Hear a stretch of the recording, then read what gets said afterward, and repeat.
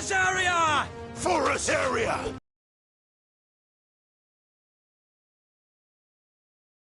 Here. On these our swords we swear. Ah!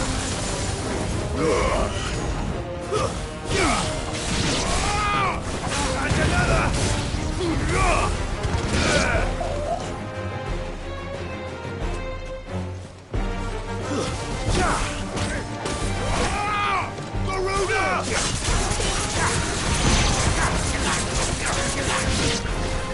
Bloody hell! Reinforcements from the far bank!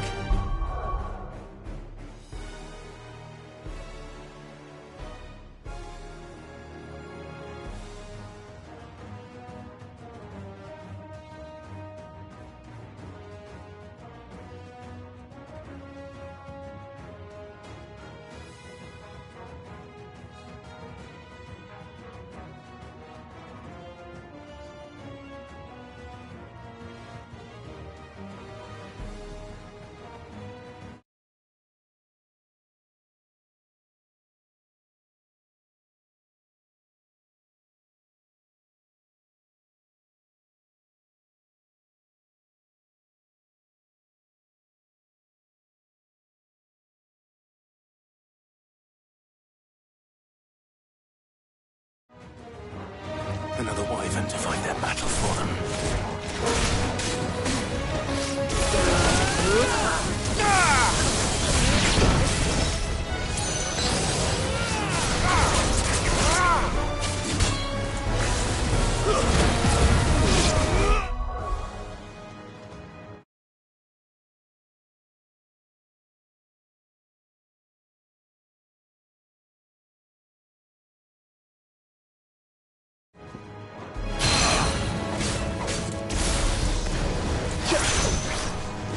Not good.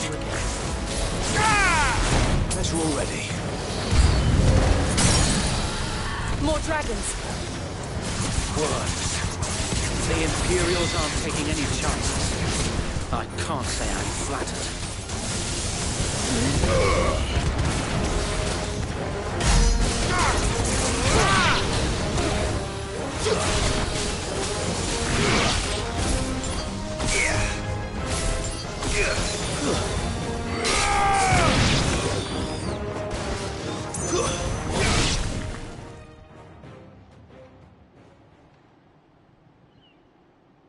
A noble stand, albeit a misguided one.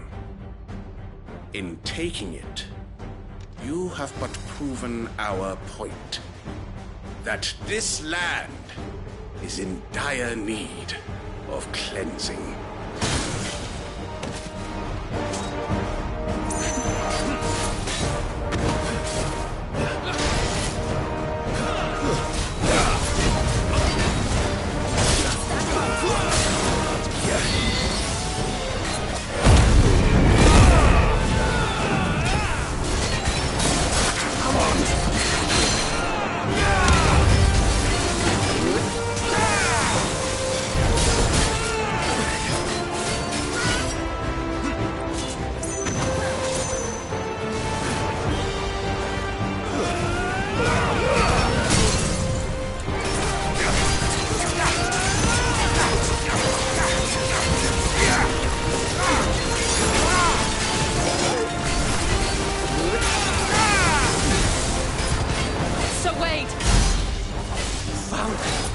There's no one left to keep them occupied. We need to finish this. You mean finish him?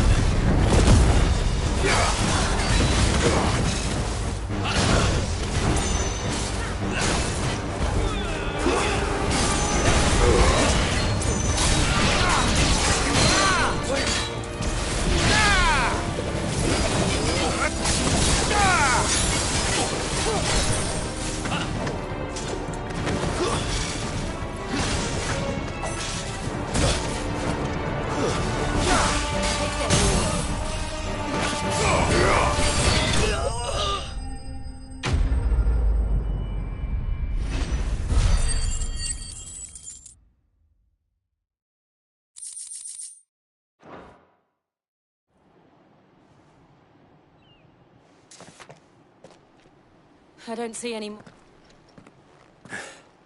Nor do I. It did. It bloody worked. We sent every last one of the rotten bastards. Perhaps this will be enough to stop the Cullings. For the time being. Perhaps. Though I doubt my mother will take. She'll move swiftly to see her minions' ranks replaced. And then it will all begin again. I often wonder if the nation we once knew is gone. Her fields rot. Her people starve. We battled to preserve the flame that was, but for every foe we fell, another springs up in its place. Yet be that as it may, it is still our home, and we must fight for it, as we always have. And for as long as the Firebird's flame burns in our hearts, the Duchy cannot die. And her loyal subjects may dream of a day when the Rosarian standard flies over Rosalith once more. So wait, Think we should fall back to Port Isolde before the garrison sends reinforcements? A sound strategy, my lord.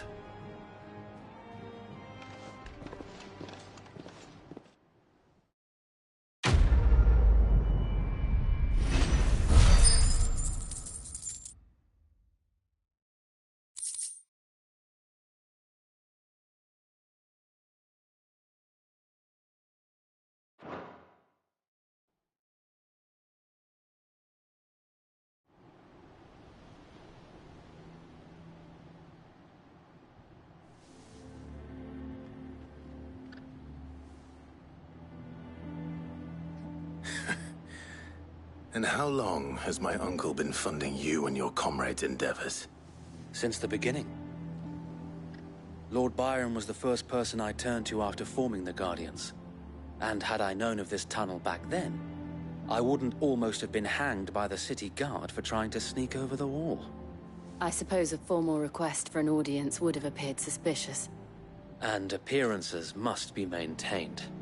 Were the Vice-Regency to catch wind of Lord Byron's involvement in our movement, they'd seize his estate and send him to the gallows, where he would be of no use to anyone. And so, though it sickens him to the soul, he plays the part of the loyal lord, knowing that one wrong move might prove his downfall. It is why he remains ever. Faith nor wrongdoer. I might have something which could help with the latter. It's the mark of the Guardians. Display it, and those who love Rosaria will know where your loyalties lie.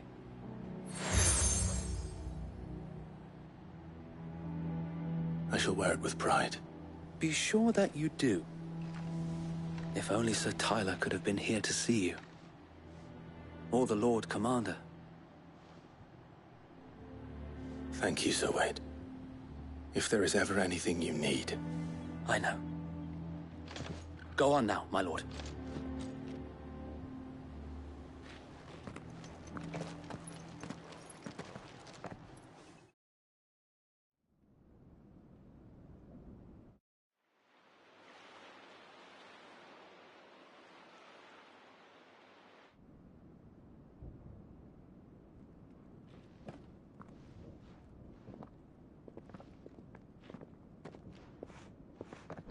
How accommodating.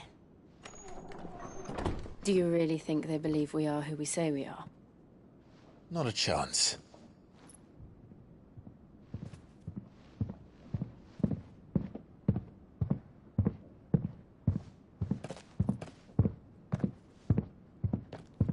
Right, I guess. My uncle believes we're imposters here to rob him.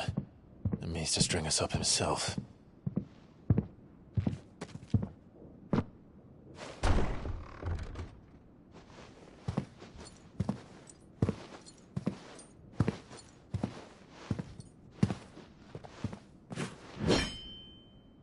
Imagine my surprise when I was told my nephew had come to visit.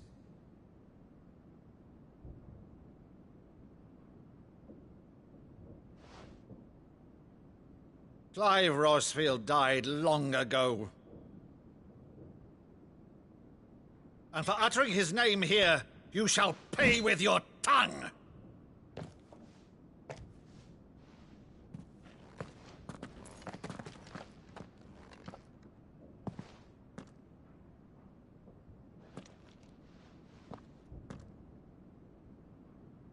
You would mock me as well?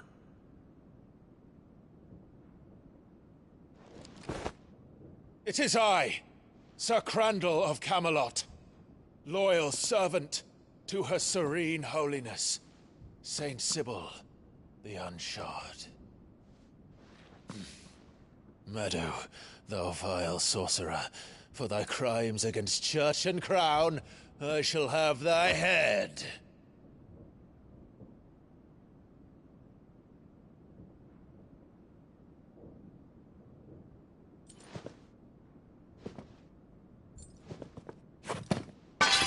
Curse thee, infectious flax wench. Even in death, must thou plague me still? Very well. I shall open the gates of hell, that thou might see thy charge once more.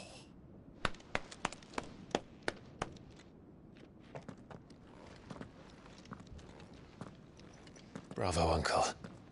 You're still the finest Meadow in the twins. Oh, Clive, my dear boy, it's really you.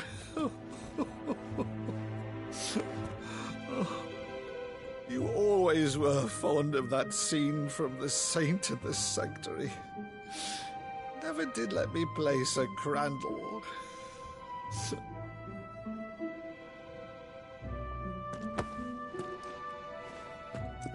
I have a favor to ask, Uncle Byron.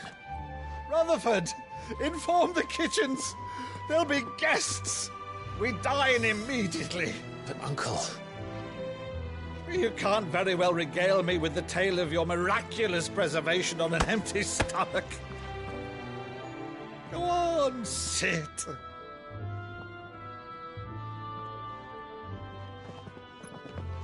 See that you use the good plates, Rutherford.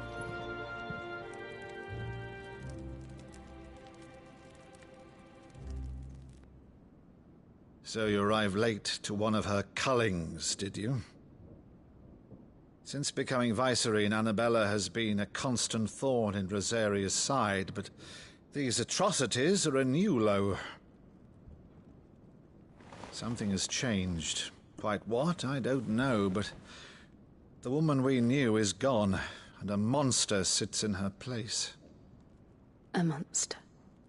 For better or worse, I've been charged with governing this town, and thus must maintain the illusion of obedience. That's all I can do to aid Wade and his merry band of revolutionaries. So he's told us. You have risked much for Rosaria. Our nation will be forever in your debt.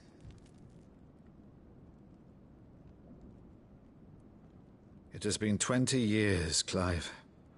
The nation your father and your forefathers fought to defend is no more.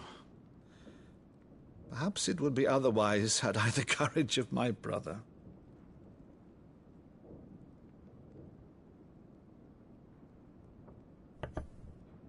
All right, if it's a ship you require, a ship you shall have. I've a galley in port, but recently relieved of her cargo. She can be outfitted for the voyage in a matter of weeks. So you believe us, then? About everything?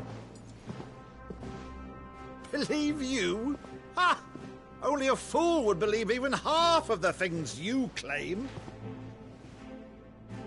But until tonight, only a fool would have believed my nephew still lived. And besides, I have it on good authority that Clive is telling the truth. Whose authority?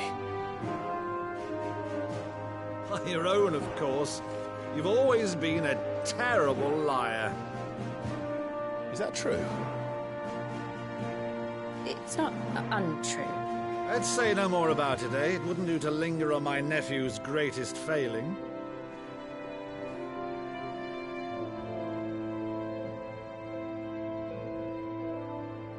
The one thing I cannot believe, though, is all this about you being Sid. You were always such a good boy, but now you're quite the outlaw. Which, if I'm not mistaken, would make me an outlaw's uncle. Right then.